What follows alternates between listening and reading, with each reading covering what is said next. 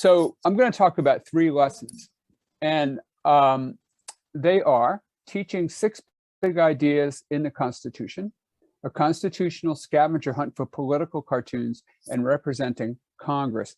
And I'll show you where to get these lessons and what's in them as we go along. So the first, I guess, thing I'll do is give you some addresses so you do some shopping after we finish. So you can go to archives.gov because, you know, the National Archives has the 14 billion or something like that. You know, after a couple of billion, it starts to add up. 14 billion records that document America's civic legacy of self-government under the Constitution. So like from 1789 to today, if the government did it and it's considered a permanent record, we've got it. And so at our 43 institutions around the country, we've got, you know, everything you can imagine, from maps to memos to letters. And people ask me if all this stuff has been digitized. And of course, the answer is no, because 14 billion is a big number, but a lot of it has. And so if you go to archives.gov, the address you see on the screen, you'll be at our online portal. And this is a great teacher resource because up on the left, you see research our records. And that's a link that will open up a search box where you could search in the probably millions of records that we have digitized online. Find something new for your class, like every day if you want it. It's like a bell ringer. And 3 boxes over from the left, you see teachers resources. And that link will open out a bunch of resources about professional development. You know, we have a lot of webinars and stuff. We have a program, Docs Teach, which you've probably heard of, and I'm going to show you something from it later. But docsteach.org is the address. Nobody links to it there. And it's a vast resource of primary sources and lessons for teaching with them. And then we have these wonderful document analysis worksheets that are available at that link there, the teacher's resource link, which, you know, they give you a specific PDF resource for working with maps, working with documents. And so you can really coach the kids to develop a consistent set of steps when they look at primary sources. That way, when they see one that they're unfamiliar with, it doesn't all fall apart on them, that they have a toolkit of practiced steps. As Jim mentioned, I work for the coolest part of the National Archives. I work for the Center for Legislative Archives because we have the records of Congress. And, you know, when people have like an issue, they reach out to Congress. So in the records of Congress, you really do hear the voices of the American people.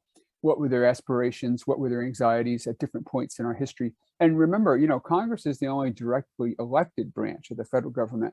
So it's called the People's House, and it really does preserve the people's voices in its records. So my job is to use those records to try to engage kids in understanding representative government, because, you know, they're going to inherit this system. And if we're going to sustain it, you need to have informed and active citizens. And so we want kids to understand, you know, about Congress. So we make lessons that we try to get kids to do what Congress does ideally, which is using civil discourse to solve problems. We want them to collaborate on academic problem solving, and we want them to, you know, talk about the big questions as they explore Congress and representative government. So at our website, which is archives.gov/legislative resources, you'll find that we have 5 ebooks, 40 lessons, and various other resources that you can use to teach about representative government. You know, when we make stuff, we try to be mindful that students are going to be learning from this material. We're not making it for graduate students. And so we try to make things kid friendly. So here's an example of one of our lessons that we use to try to make a concept sticky. How do you get ideas to stick with kids? And we find that social interaction and doing stuff are the critical elements in making stuff persist with them. And so here's a picture of the hands of some kids doing our lesson on what Congress does and why it matters, which is a big sort of graphic puzzle. And the kids have pie pieces that they're sorting out and figuring out what the various powers of Congress are. And the key thing to it is they have to talk to each other to figure it out. And so they're doing what Congress does to figure out what Congress does. And so we use techniques like that to try to make things memorable and understandable. But in all our lessons, I think the four biggest principles that we have in mind are honoring the standards. And so if we're working with you in a state, we'll ask you specifically what are the standards that you have to teach to. We don't have like a litany of them on our web page because that would be like a lot, but we're always happy to engage in conversations about, the particular needs of teachers. But more universally, we always want to start the learning where the students are, something kid-friendly, something that's going to grab them. We want kids to study primary sources. And again, we try to find primary sources that would be visually or intellectually appealing to the student. And then we always try to conclude with having the kids apply what they've learned to their lives. So in the chat box, what you might do is take a moment and tell me, what are some of the challenges you've encountered in trying to teach kids about the Constitution?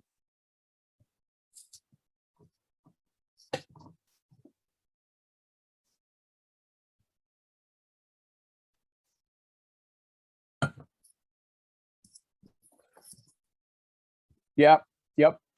Martha, I'm with you on that one. Complex language. It's like, what were they thinking? And so I was doing this lesson in Texas, and one of the teachers says, well, what you can learn is that the people who assign the Constitution to seventh graders have never taught seventh grade. And complex language is really a problem, even for your best readers. Yeah, making it relevant, depth of understanding. It's ambiguous. Oh my goodness. I think the short list would be what's not ambiguous in phrasing in the Constitution, because it was written by a room full of lawyers. And so, and then it has been interpreted over the centuries. And so, yeah, changing the language to make it more approachable for students. Yes. And then the values and social norms thing. We're going to talk about that later, but I'll just say that that's a really important challenge. And I've got a couple of suggestions about that. So what we learned in talking with teachers is essentially a lot of the things that you've said, but you've had some additional ones. Teachers said the language is too hard, ideas are too abstract. The kids see some of the trees, but they don't see the forest. And they really didn't grasp the relevance of the founder's design for understanding government today. So we got involved with this a few years ago and said, okay, what can we do to try to help teachers with those challenges and make this a kid-friendly operation? So we made this lesson, teaching 6 big ideas in the Constitution. We call it that because there are 7 big ideas that the states basically want your students to learn. And so the 7th one that we didn't include is individual rights. And so we made separate lessons about the Bill of Rights to get at that. But in our study of the Constitution itself, we looked at limited government, republicanism, checks and balances, federalism, separation of powers, and popular sovereignty. And as you dig into this lesson, you'll see there are different activities that get at some of those ideas and concepts. And I'll show you a couple of approaches.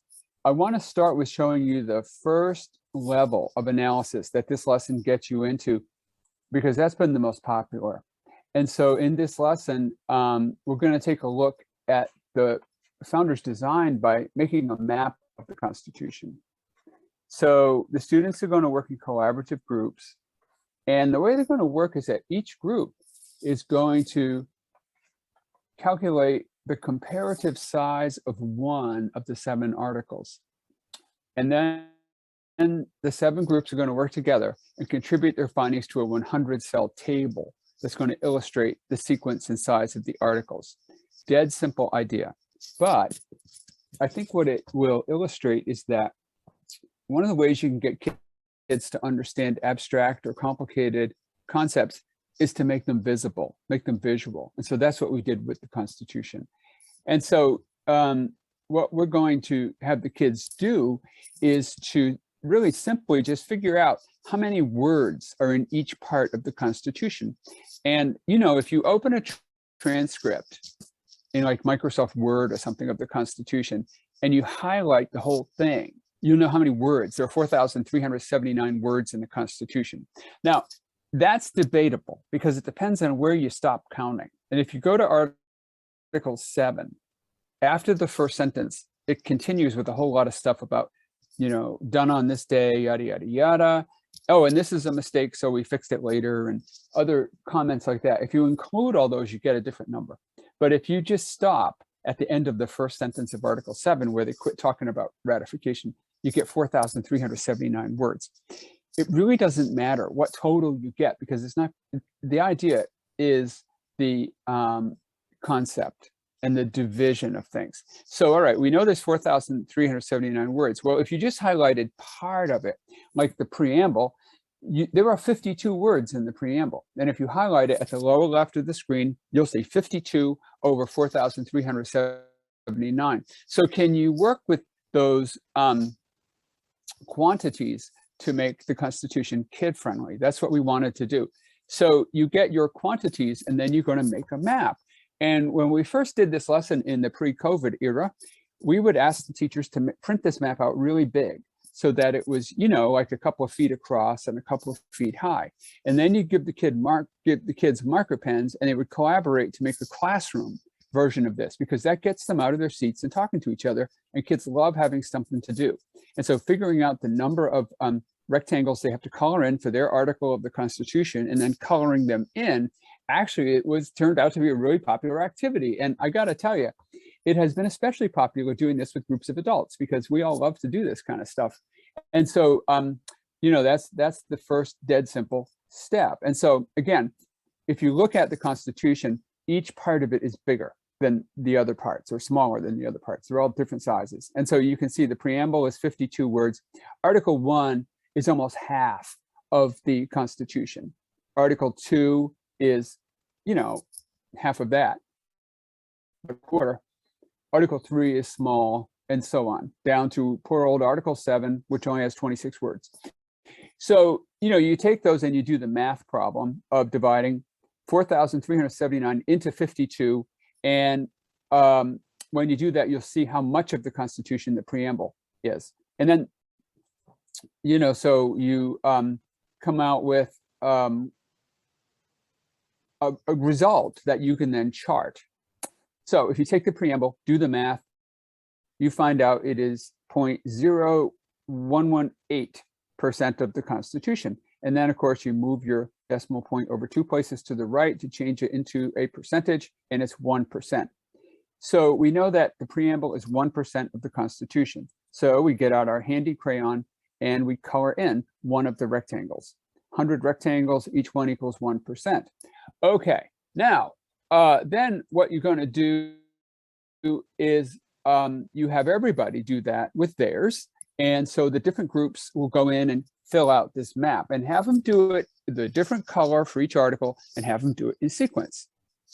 Takes, I don't know, maybe like 15 minutes to do this. And the kids look at you and they say, ha, we're done. We finished early. And you say, well, actually, now we're just getting started. But thank you very much for making that lovely map. And so then the second part is they take a transcript of the Constitution and they go back to their article. So if I had Article 1, I then go to a transcript of the Constitution, and I have to discern, what is Article 1 about? What does it contribute to the Constitution as a whole? Well, thank you to the founders, because they gave the store away in the first sentence of each of the articles. So if you go to Article 1 and you read the first sentence, you know, it'll say, Congress shall consist of the House and the Senate. And if you go to Article 2, they'll tell you, the president shall da da da da da. Article 3 talks about the courts, and so on. So you just have to read the first sentence. So it takes what seems like a difficult challenge, and really it's quite simple. And you can coach your kids, you know, just read the first article, read the first sentence, get the gist of it, and you know, put that on your chart next to the article that you were assigned. So you're assigned Article 2, we had the number of words, we figured out the percentage, and now we put down the gist of what Article 2 is about. And so we complete that right-hand column. Okay, now we've got all this information about the Constitution.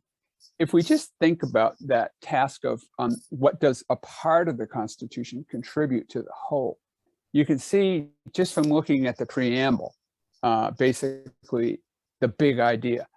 So if you think about the preamble, it's only 52 words long, but it really is incredibly important, because those 52 words give the main idea of the Constitution. And it's in effect the mission statement. It tells what the purpose of the design for government is, like we the people of the United States of America, in order to form a more perfect union, to establish justice, and so on and so on. These are the reasons that we folks made the Constitution.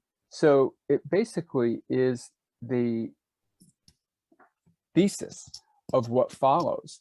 And so, the kids can figure that out and put it on the chart, and then do the same for the other articles. So Article 1 is about Congress, and what's its contribution? Well, it sets out the powers of the House and the Senate, and talks about the legislative branch of government. What's Article 2 about? Well, it's about the presidency, and again, talks about how one becomes president, and talks about the powers of the presidency. So that part of going through and discerning what the article's about, that takes about another 10, 15 minutes. So now you're about 25, 30 minutes into the class, and this is what you've produced. You got this great colorful map of the Constitution, and you figured out what each part of it is about. So the question is, like, what can you do with this map now that you've made it? And the answer is, oh my goodness, you can do a ton with it, because if you think about this map, you've taken the complex idea of the Constitution and you've changed it from a bunch of hard to read words into an ideogram, into a map of ideas. And so we can see that Article 1 covers a lot of real estate, Article 2 about half as much, and the other articles are smaller. Okay, well then, if the kids have that, they can begin to find their way around the Constitution. You ask them some questions, because first you want them to not get lost in the forest of the Constitution, but to have a path through it. So you can say, well, in what article would you look to find something about the powers of Congress? And of course, they look at the map and they say, oh, duh, Article 1, yeah. And so it's very simple. And what article is about the amending process in Congress? And they look at the chart they've created and they clearly know it's Article 5, because you can see it right there. It's just plain as day. That's kind of the first step to getting them to take this amorphous cloud and translating it into something familiar. But having done that, having made it familiar, now you can start to analyze. And you can ask them, a variety of questions. So take a look at the map and tell me in the chat box, which branch of government received the most attention when they wrote the Constitution?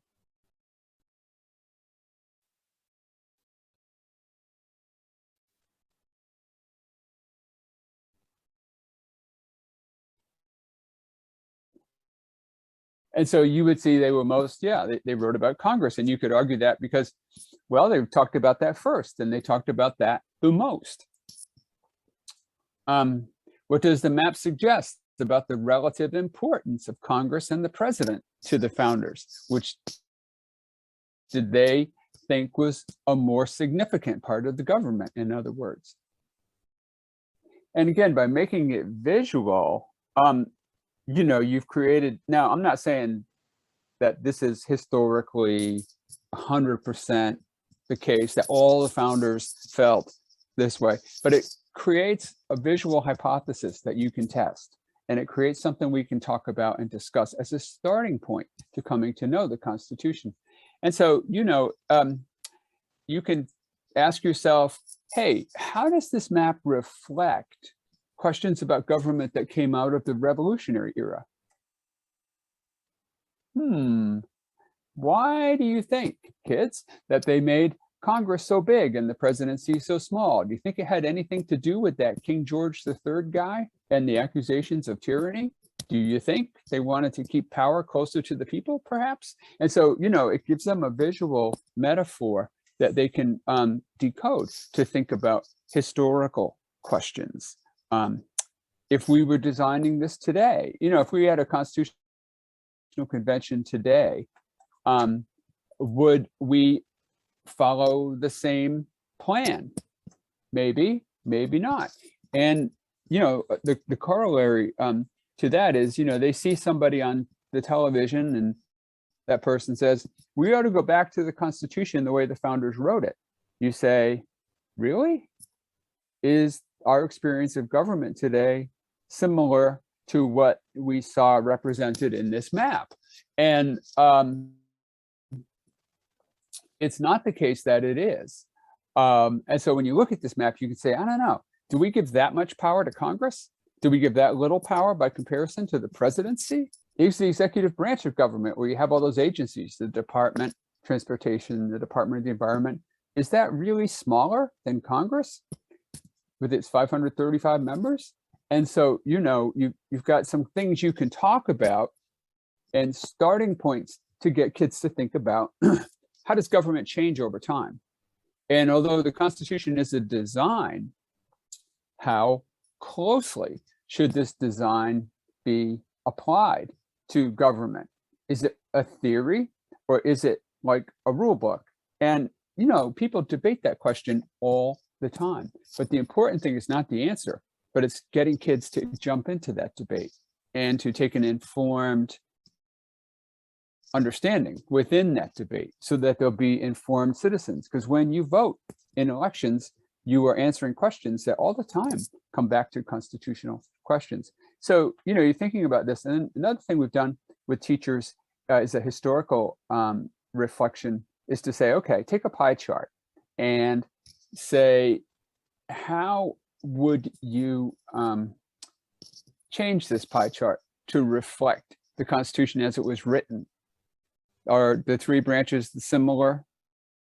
And of course, then from there, you can say, all right, now, which slice of the pie has changed the most since 1900? So if you're teaching a history class, that could be a really difficult and interesting question because, you know, the easy answer is to say, well, the executive got bigger, but Congress got smaller. But we haven't defined our terms. You know, did we say change in terms of personnel, change in terms of power or authority?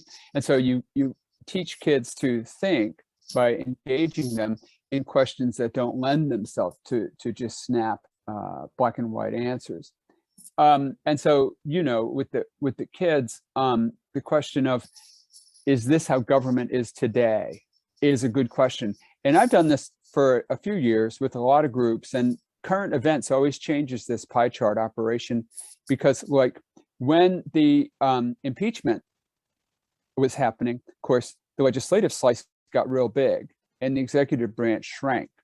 When the confirmation of Brett Kavanaugh was before the Senate, the judicial branch got real big because, you know, the focus was on the judiciary and the other branches shrank to accommodate that. So, you know, it gets the kids to think and it gets them to figure out things, but it doesn't lend itself to one set answer. And that's the beauty of it. The kids have to talk to each other and learn to hypothesize.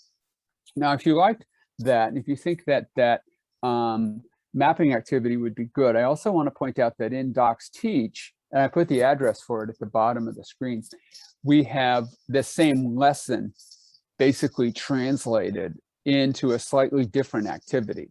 And this one is the Seeing the Big Idea activity. And so if you go into docsteach.org and, you know, the link at the bottom there, you can see this Big Ideas of the Constitution activity. And I think it takes the same principles and gets the kids to work with it. It does not have them make the map. So I think the map is better. But after you do the map, this might be a good follow-up to reinforce, you know, did the kids understand it? And so introduction to it. It's a very intuitive website. And so, you know, the kids could go in and you'll see that it's very teacher friendly. I want to take you back, though, to Center for Legislative Archives. And so I put at the bottom of the screen, just to remind you, we're not in Docs Teach anymore. We've gone back to the Center for Legislative Archives. And we put that teaching 6, and then teachers said, yeah, that's great, but do you have anything with visual primary sources? And as it so happens, we have 2,500 political cartoons in our vault. They were drawn by Clifford Berryman and his son Jim for the front pages of the Washington, D.C. daily newspapers throughout the 20th century.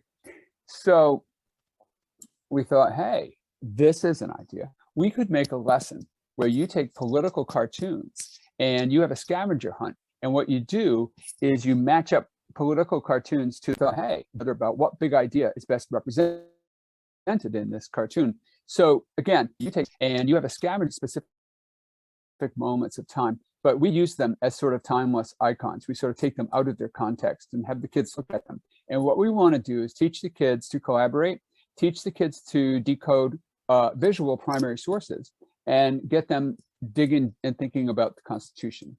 And so this is just the graphic organizer that kind of allows me to explain the learning process. So the kids will be in a group, and you divide up 14 cartoons to each group.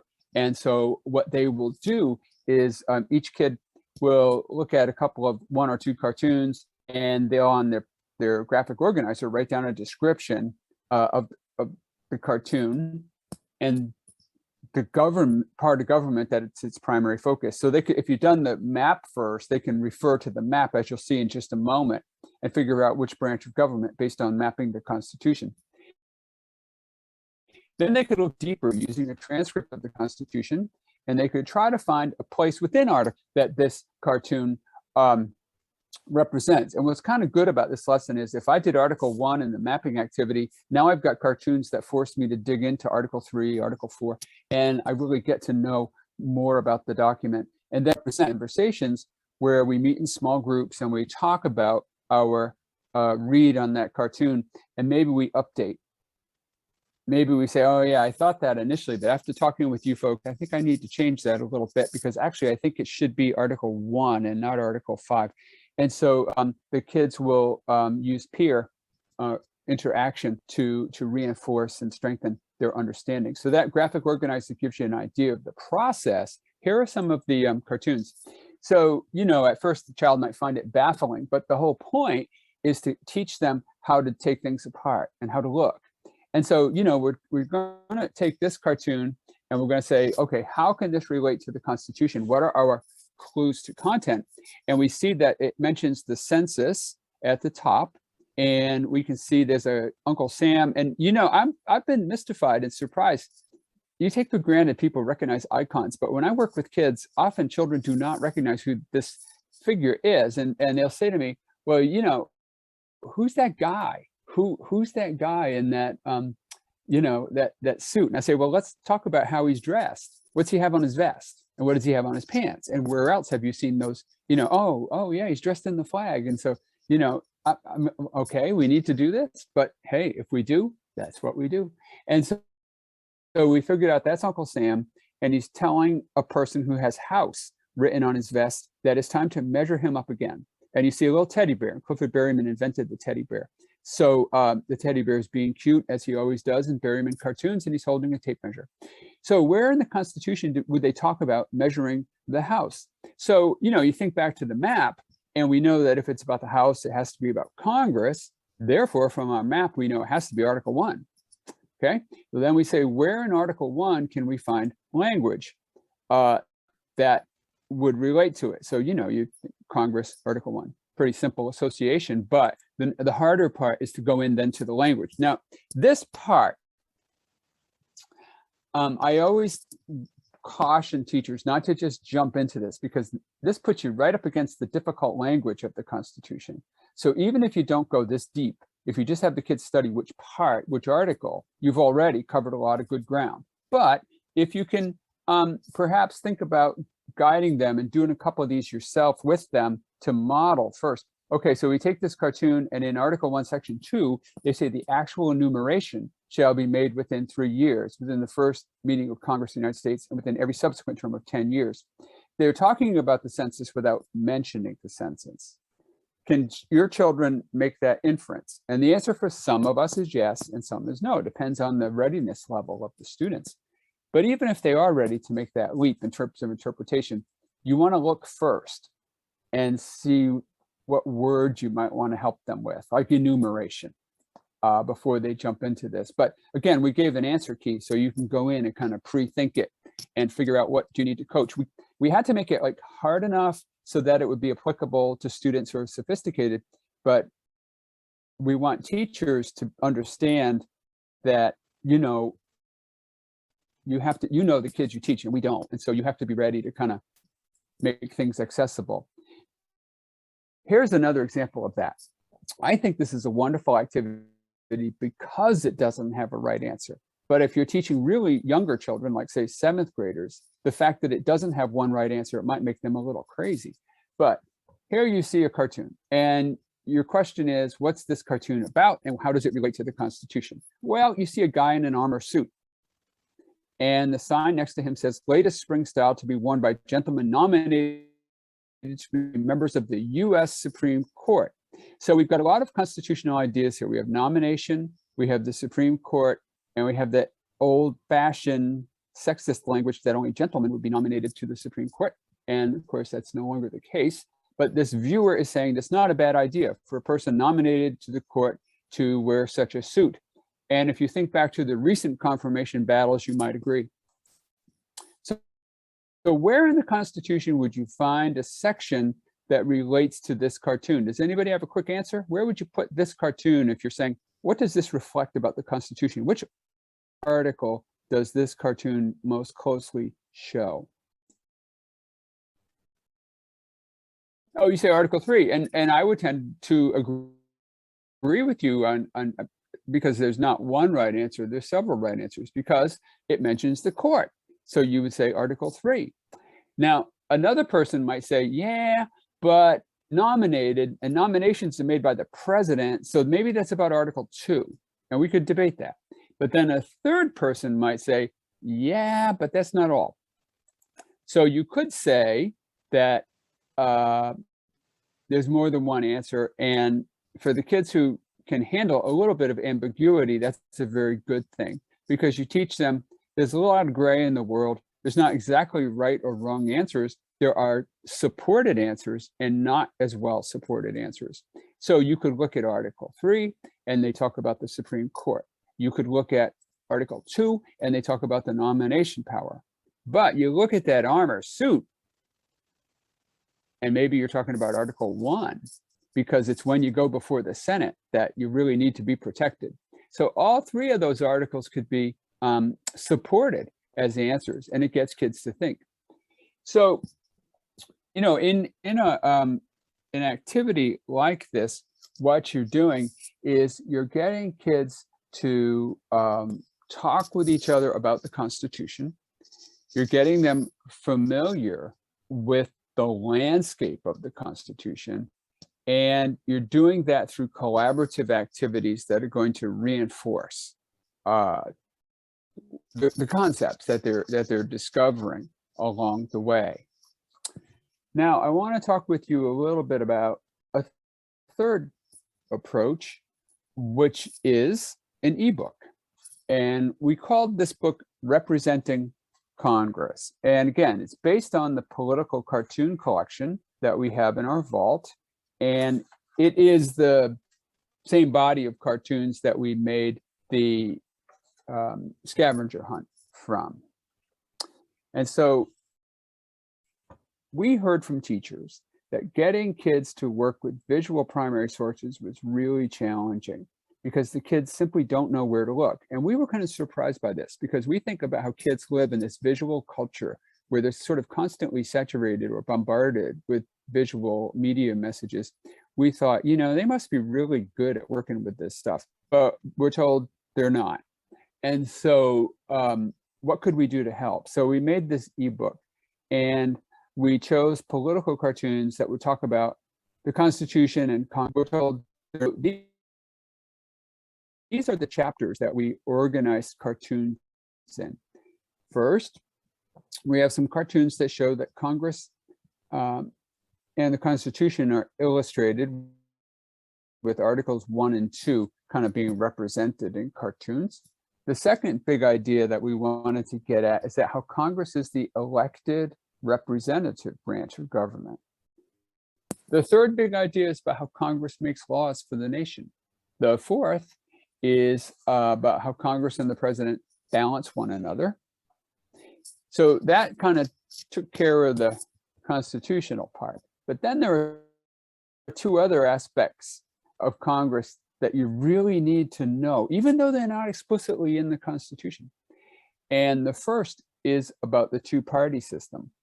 And, it's not mentioned in the Constitution at all, and yet you can't imagine our constitutional government without it. And then we have how a member's job is representing the people in the states, and that ultimately they have to answer to the people. And so you have this notion of popular government represented in how you have to be reelected to office. So we chose cartoons to tell the story of each of those chapters. And there are either 6 or 7, depending on the chapter, cartoons in each chapter. And what we wanted to do is make the cartoon be the center of attention. We didn't want words to dominate the book. So this is a representative page from the book. And what you can see is a political cartoon that's in the center of the page. And you can see that, it's got a caption, the fishing season, and a date. It was first published in 1919. And then you see this National Archives catalog number. So we wanted to give you that number because if you take that number and you go to archives.gov, you'll be at that banner we spoke about at the beginning of the PowerPoint. And over on the left-hand side of that banner, there was a search box. You could go in and search for records. If you put that number into the search box, you can get a high-resolution scan of this image. So if you want to work with the whole class on a cartoon, you could download the high-res version of it and show it either through a projector or through a PowerPoint. And everybody can see it in really big detail, and you can really zoom in on it, which can help kids to see. Okay, so we have that going on. Now, for each of the cartoons, we wrote a caption giving you the concept that the cartoon is about. And so you can see in this one, we say that political parties try to win elections by choosing and angling for issues that will appeal to voters. This cartoon shows the two parties on the lookout for issues that will lure undecided voters to their side and away from the other party. Okay, so for each of the cartoons, there's that kind of a caption. We included a page of analysis questions so that you can get the kids to look closer, but you could also use the document analysis sheet from the tab on the National Archives page we mentioned at the beginning. We put discussion questions, and then because people want to know, we put the historical context. We put that by way of a link because we didn't want people to reduce this cartoon just to the historical thing that the artist was drawing about specifically that day. We think it's a much larger representation about some timeless quality of constitutional government. So if you follow the link, you can find out what Berryman was drawing about on June 7th, 1919. But I don't think the kids need to know that. And I think because kids tend to be concrete thinkers, if they get to that historical context information, that's all they'll be able to see. They lose the larger significance of it. So anyway, that's why we put those at the end of the book. But let's take a closer look at this cartoon together. So our challenge is to teach children to decode visual primary sources. So let me ask you to use the chat box and tell me, what is this cartoon about?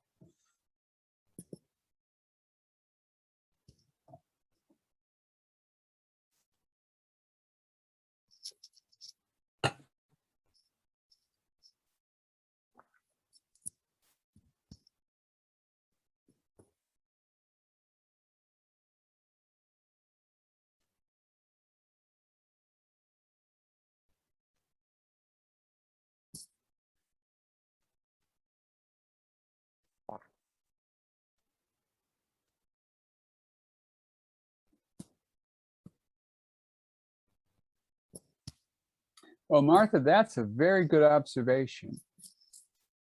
They don't seem to have their own convictions. They're sort of opportunistically angling. This is a consistent theme throughout your responses that they're trying to snag that issue that's going to get them the voters on their side. And so, I mean, let's imagine it's today and they're sitting on the log the headlines in today's news are issues that the two parties are hoping will attract voters to them and prove to be a winner. Well, there's a whole lot you can unpack in this image. And one of the steps you can have the kids do to begin is to cut it in half. And so if you have 3 different parts of the cartoon, you know, you have the left side where you have the 2 figures on the branch. You have the right side where you have the bobber and you have the sign, and then you have the title down at the bottom, the caption. Take a moment and in the chat box, tell me how, let's start with like the first thing. What would the 2 images sitting on the limb suggest about this cartoon? You know, we were saying they're opportunistically fishing, but what do you see from just looking at the 2 figures on the left? What sort of subset of that meaning could you discern?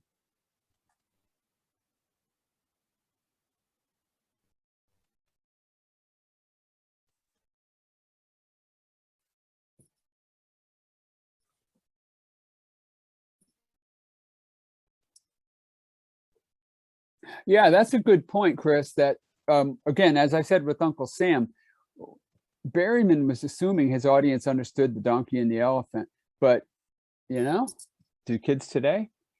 The fact that they're facing in opposite directions, brilliant. That's exactly, that's a really good observation. You know, they're on the same limb. They're perched with their eyes wide open, observant and uncertain. Yeah, that's right. They're both in the same position, right next to each other on the limb, but with different directions. Yeah, see, and so it starts adding dimension to what you can see. And you can tell that the artist is making a comment about that. And the Democrats were the populist of the 1920s era, you know, so they had a lot of support in the southern states, whereas the Republicans tended to be more urban and industrial. And so, you know, they're dressed like city slickers, whereas the donkey's got that wonderful hat and the overalls. Okay, now look at the right side. And what can you do with the right side of the image? What does this contribute that's, you know, sort of distinctive?